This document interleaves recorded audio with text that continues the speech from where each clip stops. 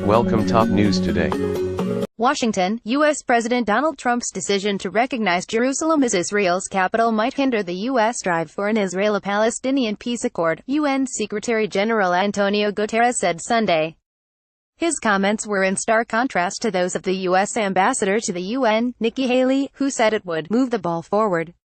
Get the Times of Israel's daily edition by email and never miss our top stories. Free sign up. The new U.S. stance, criticized by Palestinians, Arab leaders and others as gravely damaging any prospects for peace, has given rise to swelling protests across the region in recent days.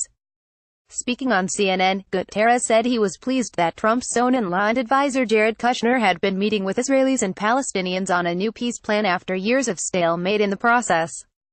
"I'm not saying that it will happen, but there was a hope that it would be possible to finally bring this horrible conflict between Israel and the Palestinians to an end," Guterres said. "I think that the decision that was taken on Wednesday risks to compromise this effort," he added.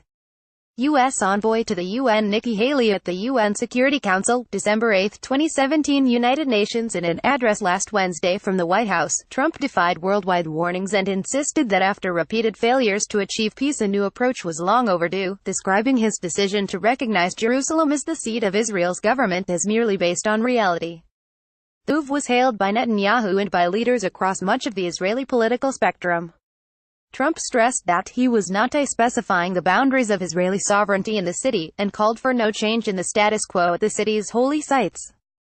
Haley suggested that fears of unrest over the Trump decision are overblown. She told CNN that Trump was the first U.S. president to have the courage to make a move that, she said, many Americans and others around the world supported. To move the ball forward, when it comes to those people who are upset, we knew that was going to happen. But courage causes that. I strongly believe this is going to move the ball forward for the peace process. When a CNN interviewer asked repeatedly how the change would help the cause of peace, Haley suggested that it would simplify negotiations. Now they get to come together to decide what the borders look like, they get to decide the boundaries, and they get to talk about how they want to see Jerusalem going forward. All we did was say, this is not something we're going to allow to happen in the middle of your negotiations. Muslim worshippers listened to a speaker in front of the White House for the Friday prayer on December 8, 2017 in Washington, D.C. to protest U.S. President Donald Trump's declaration of Jerusalem as Israel's capital. AFP Mari Matsuri. Critics of the U.S. shift say it will have the opposite effect. It has long been U.S. policy that the critically sensitive status of Jerusalem, claimed as capital by both Israelis and Palestinians, must be saved for the end of peace negotiations, not taken off the table at the start. Protests, sometimes violent, have flared across the region since Trump announced the new policy on Wednesday. 2 Palestinians in the Gaza Strip were killed in clashes on Friday, and 2 others died in Israeli airstrikes in retaliation for rockets fired from the Palestinian enclave.